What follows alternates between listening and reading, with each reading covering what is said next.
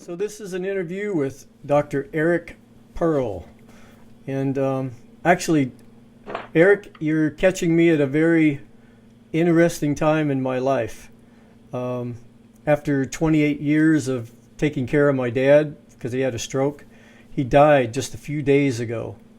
So I'm in the midst right now of really looking for connection and answers to life.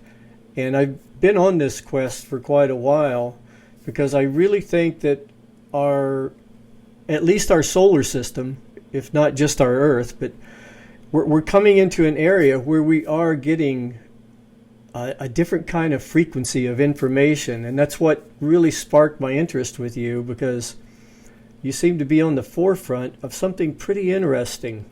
So why don't you tell me about what this started out to be?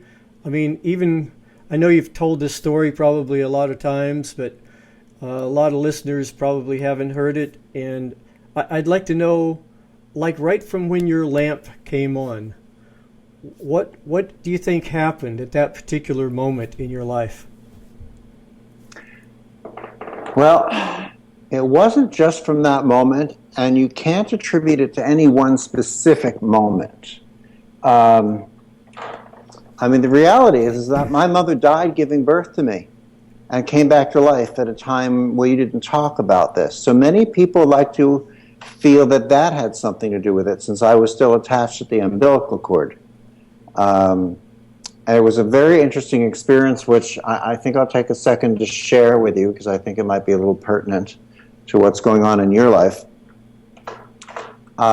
She was on the delivery table. Mm-hmm. She felt motors, heard motors, and felt them starting at her feet, working their way up their body. She couldn't imagine why no one else noticed them. They were so loud and seemingly disturbing. She knew somehow she wanted to get, and tried desperately to get someone's attention, because she knew if they got to her heart that she would die, but she couldn't get anyone's attention. They got to her heart, and she found herself leaving her body. And she felt herself moving upward. She left her body. She tried not to, but she did. She passed through several levels of beings, of souls who had left their bodies. The first beings, or the first level, was that of people who didn't realize they had died, or felt that they still had unfinished things to do on this earth, and they were sort of hanging and hovering closely. The second level she doesn't recall. The third one was the only one that was uncomfortable for her to pass through, for everyone to pass through, including uncomfortable for the people who were on that level, because those were the ones who did the only thing that we could do to temporarily interrupt God's plan, as she best understood it, which was to take their own lives. She knew they were temporarily delayed on that level, but she did feel that they will move through that. She finally got up to a very high level where she found herself, instead of passing through more levels, she found herself drifting down a lane, which she feels is what probably a lot of people refer to as the tunnel that they pass through. She passed flowers of colors that she had never seen before in her life. She saw people, beings she recognized with a glance who they were. They recognized who she was. There was no language, yet one look spoke and communicated volumes.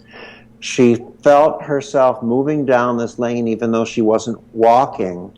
And at the end, it was this very, very, very bright light. It was so bright that she was afraid to look at it for fear that it would burn her eyes. But suddenly she realized there was nothing physical to burn, and she was compelled to look at this light. It was beautiful, and when she got to it, she realized it was the light that we all come from, the light we all return to, and she was suddenly imbued with all the secrets of the universe. Why the grass is green, why the sky is blue, why the earth is round, how war is a temporary state of barbarism that we will pass through, how utterly ridiculous it is for young men and women to lose their lives going out fighting the battles, the political battles of older men and women. She knew how we couldn't possibly blame God for any of the seeming atrocities, because they're all a part of a process, that there is a reason for everything, and in that place we understand these reasons and everything makes perfect sense.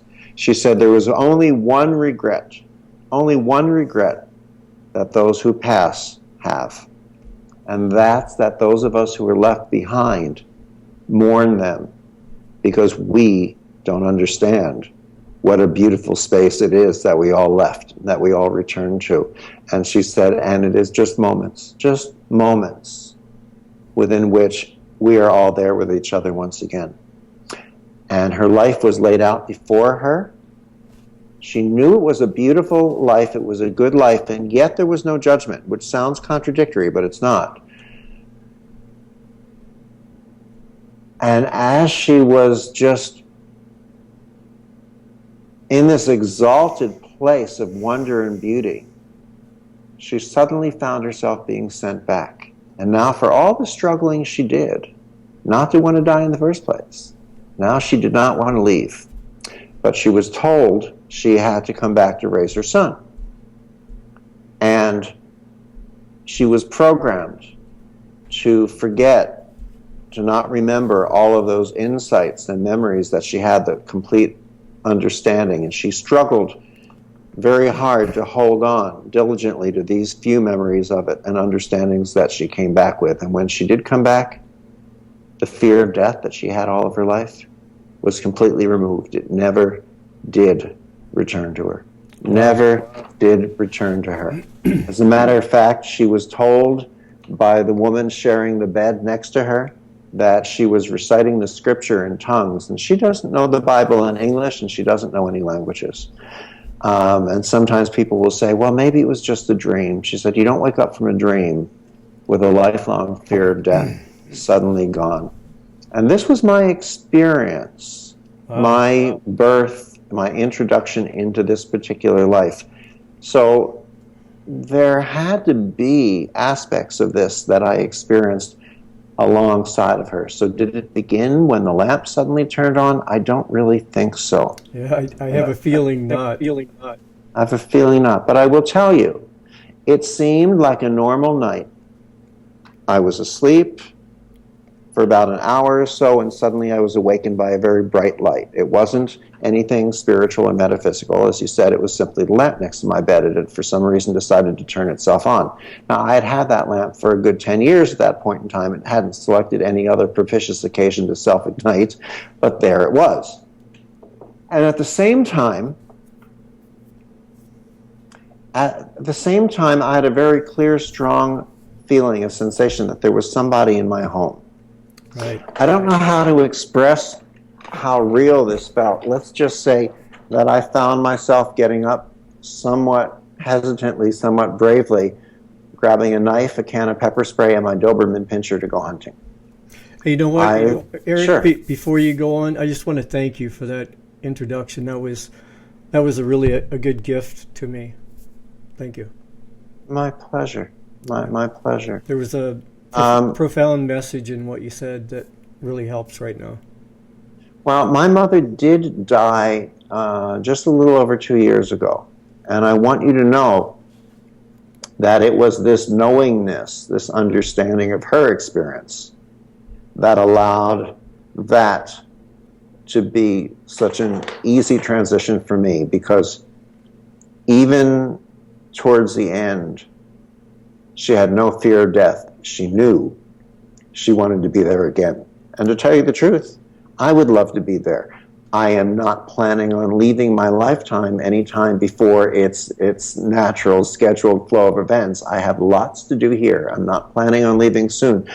And yet, when I do arrive there, I know that that will be a wonderful experience that I also look forward to. So I have no fear of death. I have a couple discomforts around some of the ways people choose to experience their death, but death itself, I have no fear of. Yeah, I think I know what you mean. So I went searching through the house. I couldn't find anyone. I told myself it had to be my imagination. I went back to bed. But that Monday morning when I went into my office, 7 of my patients, independently of one another, insisted that they were feeling people in the room with them while they were lying there on the table with their eyes closed. They felt pairs of hands resting on their body. They felt hands behind them. They felt hands resting gently on their forehead or gently stroking their forehead or their forearm. They could tell where my hands were. Tiny little muscles in their forehead or their chin would ripple the way water ripples when you drop a pebble into it, pulling at their lip, pulling at their eyebrows. When they opened their eyes, they reported seeing colors they'd never seen before, smelling fragrances they'd never smelled before. And they started reporting healings, real healings. They were getting up out of wheelchairs, some of them, vision and hearing returning. Children with cerebral palsy or epilepsy were able to walk and run and play and not have seizures any longer, not need their medications. Not 100% of the people responded this way, but a lot of them did, a dramatic, significant number. And their doctors, their parents started calling me saying, what did I do? I said, I didn't do anything and don't tell anybody, which went over about as big as Nancy Reagan trying to just say no to drugs. Right. So soon everyone started coming in from everywhere going, I'll have what she had. And the next thing we know, people started asking me to teach this. And I said, teach it. You have got to be insane. I said, I'm standing there waving my hands in the air looking like an idiot. How do you teach something like this? I said, you go outside, wave your hands in the air, and let me know what your neighbors have to say about you. But more and more my patients would start calling me when they got home from my office. They'd say they drove up in front of their house, their automatic garage door began to open and close by itself. They walked inside their house, their lamp or their television started turning itself on and off and on and off. They felt sensations in their hands. They would hold their hands near someone in the family. The grandfather could walk again after the stroke. The uncle regained his hearing. And we began to discover that once we interact with this expanded, new, broader, more comprehensive spectrum of healing that takes us beyond the energy healing techniques we've had, beyond the entirety of energy, into this expanded spectrum of energy, light, and information, it changes something within us. You could say it activates something maybe that was dormant within us and allows us to not only access and receive our own healings, but to facilitate healings for others. So what do you think this is, Eric? I know in the Bible they talk about the apocalypse, and the real meaning of the word apocalypse means a lifting or a thinning of the veil. Do you think that we're actually, as a humanity, our frequency is raising into these higher realms and we're picking up more information that's going to help us and assist us to become? I absolutely do. Yeah. I absolutely do. We have been existing in a bubble bounded by the illusion of time and space. We have been accessing tiny little areas of that bubble, different energy sections we call Reiki and Qigong and Jinshin and Alpha, Beta, Delta and XYZ and ABC. Healing techniques, we've named them. They're all different approaches, different feelings, different subsets of energy. But now, the gift that we've always had, but like Dorothy from The Wizard of Oz needed to see it, is that once we let go of these techniques, we open up and access the entirety of the energy that's been there. It's like removing the training wheels from the bicycle. So you may have mastered the bicycle with training wheels, but until you remove the training wheels, you never master the bicycle itself. We've been mastering energy healing techniques. Reiki, Jirei, Qigong. We've been master levels 1, 2, 3, grandmaster teachers. They're all different sets of training wheels we've been adding to our bicycle because we haven't recognized that the true gift of the technique itself comes only when you transcend it and you access the energy. But the second level is once we do transcend it and access that energy, we then awaken something that's been dormant within us. Time, our bubble, our illusion of time has been expanding, getting larger and larger and larger, and therefore thinner, therefore disappearing. And we've been accessing things that have been way outside of that bubble of time. So they're not old. Yes, we're rediscovering what is old, but we are also discovering things that are not old because they haven't been within this bubble of time before, so they are timeless. And we are reconnecting with our timeless selves that we experience beyond our lifetimes. So we are stepping beyond the entirety of energy into light and information that has existed in the God universe but hasn't been here before. It's not from a past life when we were Cleopatra for the 33rd time. We are not only here to access what is old, but we are here to also step into and discover what is new. You know, I can really connect with what you're saying, because on a mental level, I wrote a book a while back about beliefs.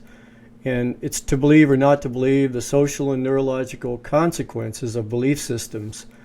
And part of writing that book was actually dismantling some of my belief systems. And it's so strange for your ego, because you're never going to get rid of the ego. The ego is pretty much, we can work with that. But what I did dismantle the belief systems. I tell you, this is where the rubber meets the pavement when somebody that you really love dies, because I found myself face to face, right up against the mystery of life, with no formatting, no structure of religious beliefs in the way to filter out and compartmentalize my feelings. I was face to face with the mystery, just naked as can be and vulnerable. And at first, it gave me the recognition, the empathy, the compassion for people that depend on religious beliefs, because I can see why they're drawn to them, because they are helpful in a sense. But when you get past a belief system and the need for it, and get into the adventure of letting yourself fall into the mystery without all of these filters, it's a total different recognition of the God consciousness, or whatever you want to call it, because now there's no labels, there's no confinement, and you find yourself floating in this endless mystery. And as I was doing this, my heart really, really opened up. I mean, I cried for the first time in years and years and years, just broke down and cried. And now looking back just a few days ago, I feel like right now talking to you, when you were telling me about your mother, I feel a different sensation in my heart and my mind, but mostly my heart, listening to you. So I think it's important, as you're talking about going beyond the techniques, because each of these techniques, as good as they may be in assisting us, like training wheels, there's coming a time with a new consciousness where it's really going to be important that we let go of all of the labels, all of the confinements, all the structures, all the religions and the politics and the ideologies, the mythologies. Just clear it all away and peer into the mystery and start listening to what's coming back. Have you read the book, The Reconnection?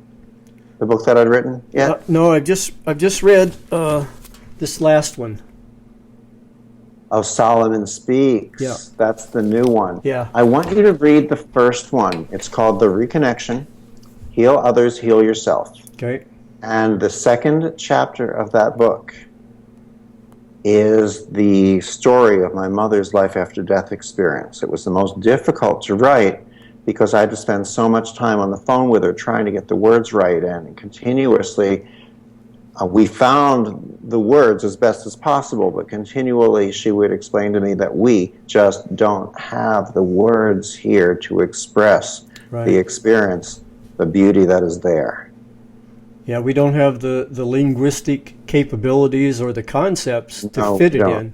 And that's why it's important, as you're talking, for myself and anyone listening to this, to really, in a Heinleinian sense, grok this with a different level of consciousness, a different way to comprehend this, because we're into an area that's unprecedented in our, at least recent, human history.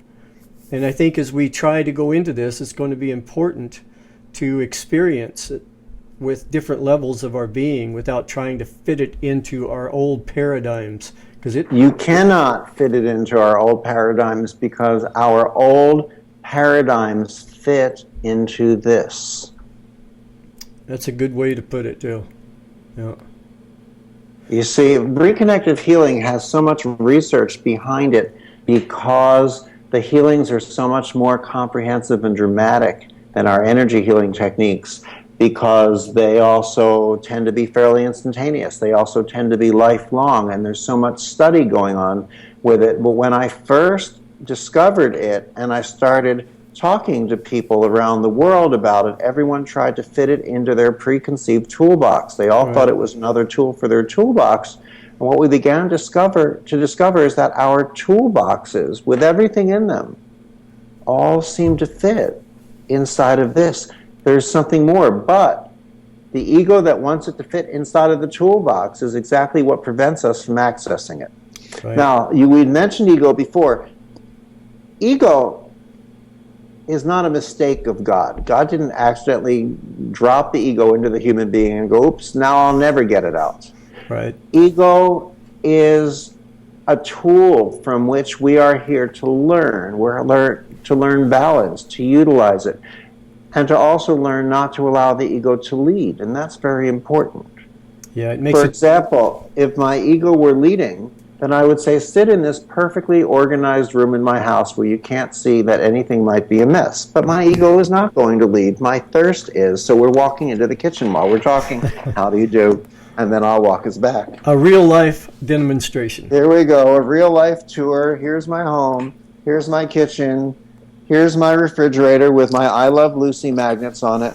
And here's my fresh, squeezed, raw vegetable juice because a friend of mine put me on it, and I am enjoying it for my whole juicing experience. But I'm sure that when I go to dinner tomorrow night, if they serve a steak, I will eat it. You know, I was doing an interview with a man named June Vallow a while back, and he was talking about the 12-strand DNA activation and how important that's going to be in the, actually now, not only in the future, but right now for things that we're going through. And I keep having a Palladian input into this information. What do you say about that? What do you think about that? Is this Drunvalo Melchizedek? Yeah. I didn't know we talked about 12-stranded DNA. Yeah. I really don't know very many people's work.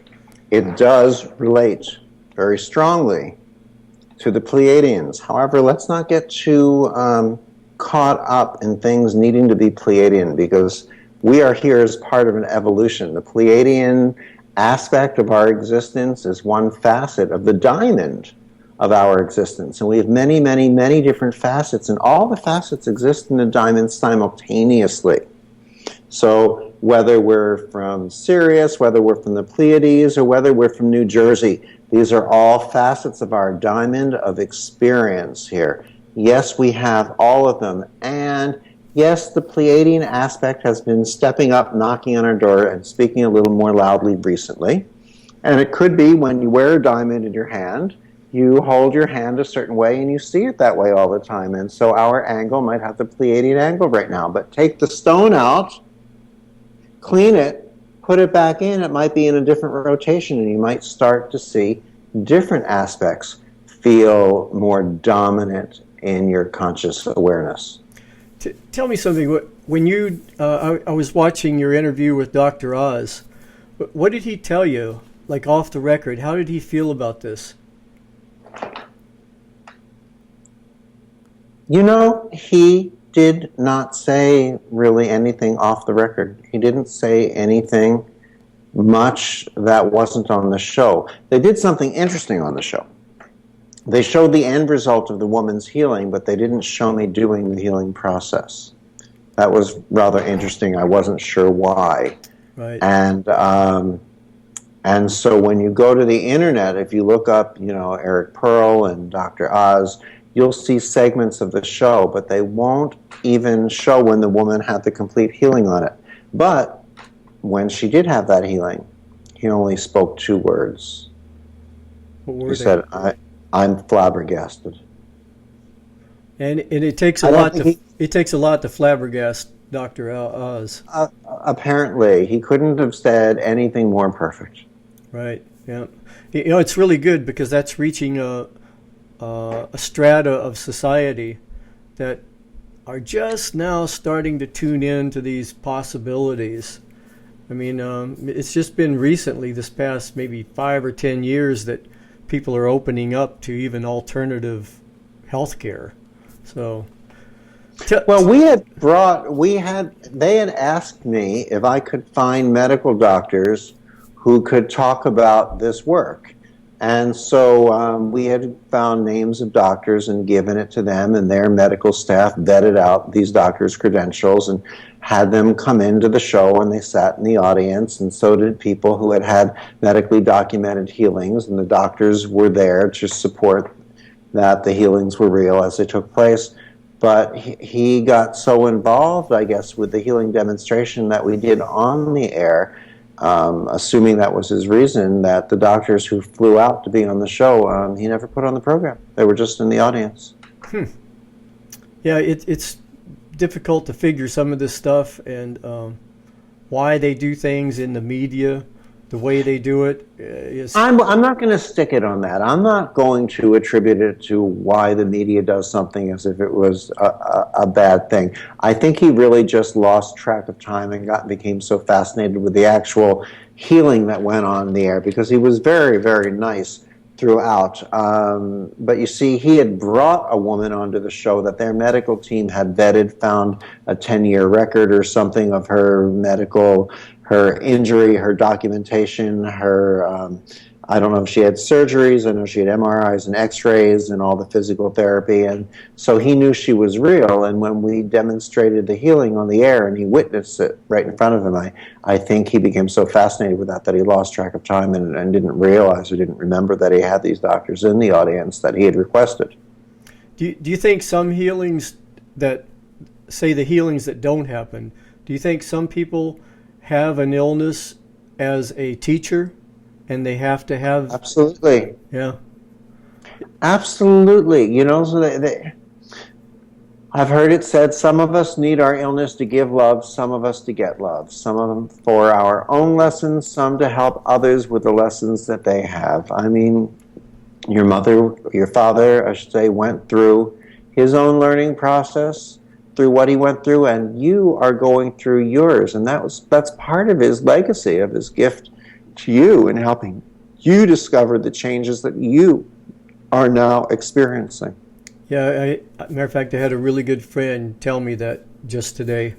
That was his departing gift, Yes. So, you get into the speed of light and entropy and all of this, and I was curious because when we're talking about the speed of light, as we approach the speed of light, whether it's with our frequency or whatever it is, we're going against entropy and we're pulling back together in a coherent kind of a situation, right? Well, there's entropy and there's negative entropy. There's degeneration and there's regeneration. And as we reach the speed of light, degeneration or entropy reverses itself and becomes regeneration. Disorganization becomes reorganization. Dis-ease becomes healing or ease. We know that the cells in our bodies each emit light from the very DNA. We know that when our health is diminishing, that light is dimming. When our health is coming back up, that light is coming back up. We know this from the work of Dr. Fritz Popp in Germany and others. And there have been 6 studies so far in reconnective healing that have demonstrated that it changes or reconnects, as I like to say, restructures, I believe the studies say, our very DNA, allowing the light to vibrate at a higher level to become more coherent. And as we return that natural vibration of light, anything heavier or denser than that light pretty much has very little left to hold on to. So as appropriate for that person on their life course, those densities or health challenges fall away. And if we take home nothing else from this interview, let's take home these next 2 statements, which are A, healing is just that simple. And B, anything more complicated than that, covering ourselves, protecting ourselves in white and purple and gold flames, crystals, magic wands, necklaces with special patterns on them, pyramid hats, anything more complicated than that is designed to sell us something. Not just the object. Right. But to sell us on the fear that we are less than abundantly enough. And as long as we focus on that fear, we will always be looking outside for the answer. But as I said earlier today, it's just like Dorothy in The Wizard of Oz. The answer is within. We just have to look back within. In other words, it's time to come home. Do you see some of the things that we're going through, everything from chemtrails to GMO foods to all of the nonsense with Monsanto and everything? Do you see this as something like to pay attention to and do your physical part, but not pay so much attention to it that you're sort of locked into it energetically? Well, yes, I think that's a very nice way of phrasing it. To observe it, to make better choices. People are, but what happens is we sort of mis-extrapolate. We say, well, what do I do to heal the planet? Can I go out and bring healing energy to the planet? The planet doesn't need our healing that way. The planet needs our healing. The planet is a reflection of who we are. We put the people in office who make these choices. We choose how much and whether we're going to stand up and change things from the outside, whether we're going to go into government and change it from the inside. When we look in a mirror, if we don't like the reflection, 999 times out of 1,000, the mirror is not broken. The mirror is not broken. We have to change ourselves, and what we see next in the mirror, we like more. When we allow ourselves to heal ourselves, then these choices and decisions around the world change. It no longer feels right for us to go into battle-related conflicts. Instead, we look to find partners, to have communication of peace and discovery and love. If we try to send a healing to a government, we're not trying to heal them. If we were trying to heal them, we wouldn't be attempting to determine the results of what that healing should be. We are playing spiritual manipulation, trying to get them to change their thought process. For all we know, their thought process may be as valid as ours. Right. Maybe as heartfelt as ours. But when we simply take our attention off of it's them and it's them and it's them and say, what can I do to be better, to be more? And the people with whom we interact in our initial intimacies change. In our expanded families change. In our communities change. And the next time we walk past that mirror, we really love and appreciate that reflection. Yeah, in regards to what you're saying, I was interviewed by, I didn't know it at the time, but an Islamic group in Chicago bought my book, and they had passed it around, read it, and they had a radio station in Chicago, so they asked me for an interview. So I come on, and at the beginning of the show, they're speaking in some Islamic dialogue, and I'm thinking, uh-oh, I'm in trouble here, because my book is all about dismantling religious beliefs. But as we got into the conversation, these were young kids, young to me anyway. As we got into the conversation, it dawned on both of us, actually there was two of them there and me, it dawned on us that we are talking about things and disagreeing, but with a mutual respect and understanding that we only have a certain perspective of truth. And our parents and grandparents would fight and kill over these things. So we started talking about the new consciousness, and come to find out that it was a really, really good group of people. They were working with some Israelis that were demonstrating against the Israelis for the occupation. And there seems to be a movement on the planet to where we can, I think the first step is to be able to embrace our differences, but start looking for the thing that makes us the same and making that our focus. I was just going to go there, and without casting any blame, because, you know, the Middle East is a very complex thing. It is not as black and white as a lot of people would like to think.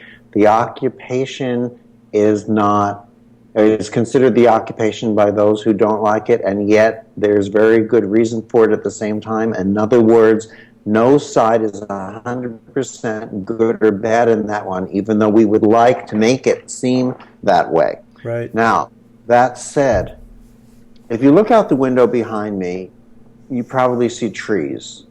You see greenery. If we live our whole life looking out of one window, that's what we decide the universe is, green trees. Someone else has a different window, and they see a mountain. Someone else sees a river or a lake. Someone sees a synagogue or a church or a mosque.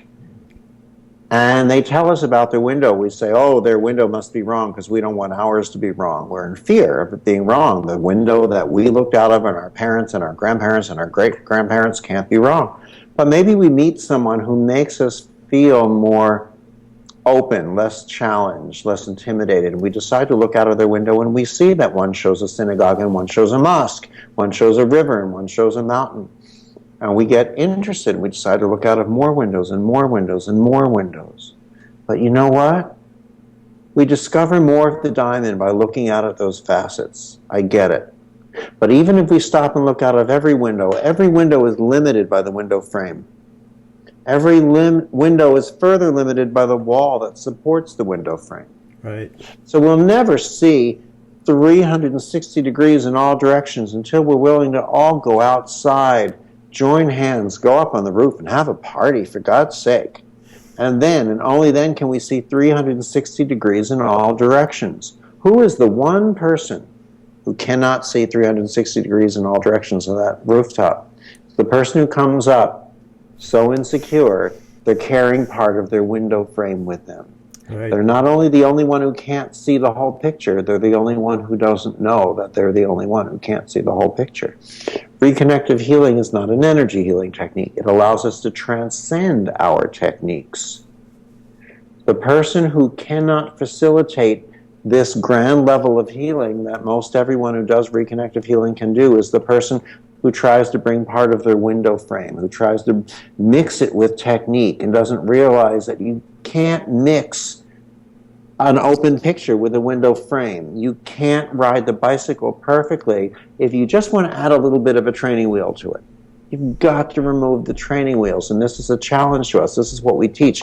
We give seminars, we give presentations on reconnective healing. I'm on the road about 45 weeks a year teaching this. What area are you in, by the way? Chico, California. It's about 2 hours north of Sacramento. Well, then I'll be there this weekend in Sacramento. I'm going to teach a seminar in Sacramento, June 21 through 23. We're doing a few in the U.S. this year. We're doing Sacramento this month. We're doing Denver in September, Newport Beach in November. We're also doing Toronto. But the one in Sacramento will be Reconnective Healing, and I'll give a 3-hour presentation on that Friday night. We'll talk about the history of the work, the theory, the philosophy, the science, the research. We'll bring some people up from the audience and give live demonstrations of the healing so you can witness this right in front of your eyes, maybe even on yourself or in someone that you know. And we'll also give everyone an opportunity for you to feel this in your hands. That's what we're going to do Friday night, June 21.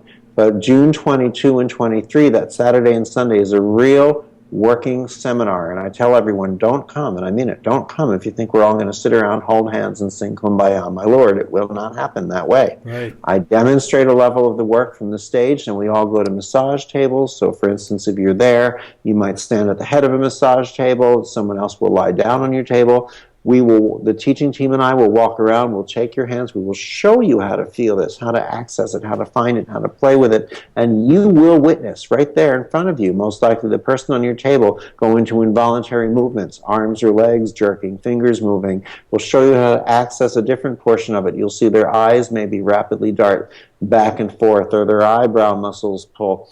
And you'll start to recognize that when you feel certain things, their body responds one way. When you interact another way with them, their body movements involuntarily change. And this is them entering into that healing space. And then we'll go back to the chairs, we'll talk about what we just learned, discuss more of the philosophy, do some question and answer, demonstrate a new level of the work, go back to the massage tables again. And we'll continue this throughout the weekend. And by this coming Sunday, the 23rd, if you're there, I can pretty much make you two promises, which are A, you will be able to do anything and everything in the way of healing that I can do. And B, you will be able to do anything and everything in the way of healing that any human being anywhere on this planet can do.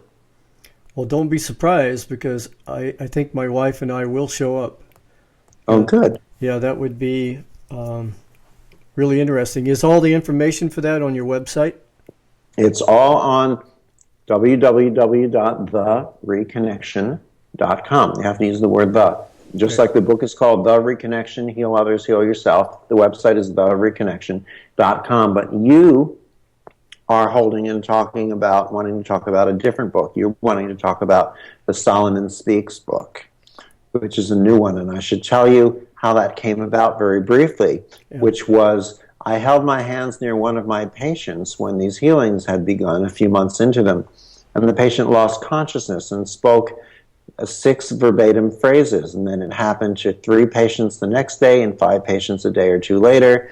And all in all, over a 3-month period of time, over 50 of my patients lost consciousness and spoke the same 6 verbatim phrases, which the first 4 were, we are here to tell you to continue doing what you were doing. What you were doing is bringing light and information onto the planet. What you were doing is reconnecting strands, and what you were doing is reconnecting strings. Now, after the 3 months were up, it stopped coming through any of the patients, those voices, except for the very first patient. And we held on to the material as it grew and expanded and put it together into a book called Solomon Speaks on Reconnecting Your Life, which is a way of allowing us to access in more depth the truth, the essence of who and what we are. And if you'd like, let me take a moment and I'll share a couple excerpts with you. Sure. Okay.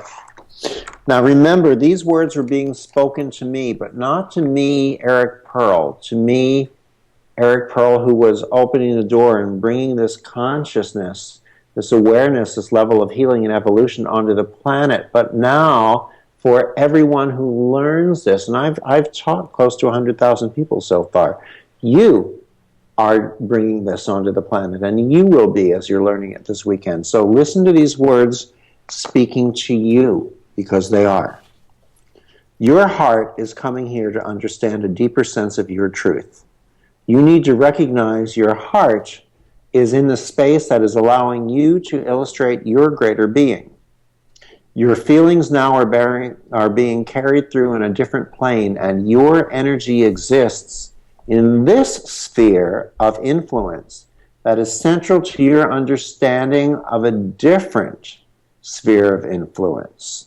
There's a lot that needs to be said in various ways. We understand ourselves in a limited fashion, and we need to carry this understanding as a life process. It is the unveiling of a multifaceted force within our life. We need to peel away the exterior so that internal being shines through to those we come in contact with. This eternal soul that resides within our framework is being covered up in many ways by our fears and our apprehensions. We end up trying to keep our soul cloistered so that we remain feeling safe. It feels as if it's a danger for many of us to reveal their soul to other people because it's the most vulnerable in feeling that we become. And in your work, that is what you need to do. You need to unveil your soul. It is not a simple process. And this stripping away of ego is an eternal process. This selflessness that must shine through the being that can reach in without interference. Once you allow your soul, that egoless purity, to come through, that is almost a common denominator, in that it has the ability to automatically fuse with the person, the frequency of the person you're coming into contact with. So your job in this process is to strip away the defense, strip away the mind, strip away the control mechanisms and the techniques that you have in this plane. Let them go. Let them be a part of an exterior that has nothing to do with you. And present that soul in the room. It will automatically do the work. That energy is the common universal language of the cosmos. It is understood immediately and felt intrinsically. These are the words of the intelligence that we've named Solomon, which is why the book is called Solomon Speaks, on reconnecting your life. And we're giving the first ever and the only one for this year, but the first ever presentation of Solomon live, giving channelings and taking questions and having live interaction with Frederick Ponslov, who is the channel that this voice comes through, and with me. And this will be on Saturday, June 29th, in Los Angeles at the Universal City Hilton, Saturday, June 29th. And for those of you who are unable to get a seat because it's an extremely limited audience, it's his first time on stage and we're keeping the audience limited, we'll have a button going up maybe today or tomorrow at the latest onto our website, onto thereconnection.com, that will allow you to access a live stream feed of this presentation on your computer. Wow. That sounds like it's going to be really interesting. You know, I'm sort of sitting, I'm almost speechless right now, which I know isn't the best way to be when you're giving an interview. Because don't worry, I talk enough for us both. Yeah, a lot of what you're saying is resonating on a very deep level right now, and that's one thing I've come to recognize is because I hear a lot of nonsense too. You know, having a magazine like this, going out and talking to people with all kinds of different therapies and approaches, and most of it just sort of whew, whew. But what you're saying right now really does have a deep resonance for me. So I think I'm really going to try to get down to Sacramento. That would be wonderful. I look forward to meeting you and your wife. Absolutely. Well, I think this would probably do it for an interview for now, and maybe later on we can pick this up at some point, because well, I would love to. I'm glad we could do this. I think there's a whole lot more to this story, and I will be in a more of an advanced place too. You know, I think a lot of this, in a different space. Yeah, a lot of this interview has actually ended up being for me. A lot of what you're saying is really resonating with me, and I really appreciate that, Eric. It was my pleasure, but you know what? The best interviews are the ones that seem tailored to the interviewer. Yeah. Yep. I agree. Thank you. My pleasure.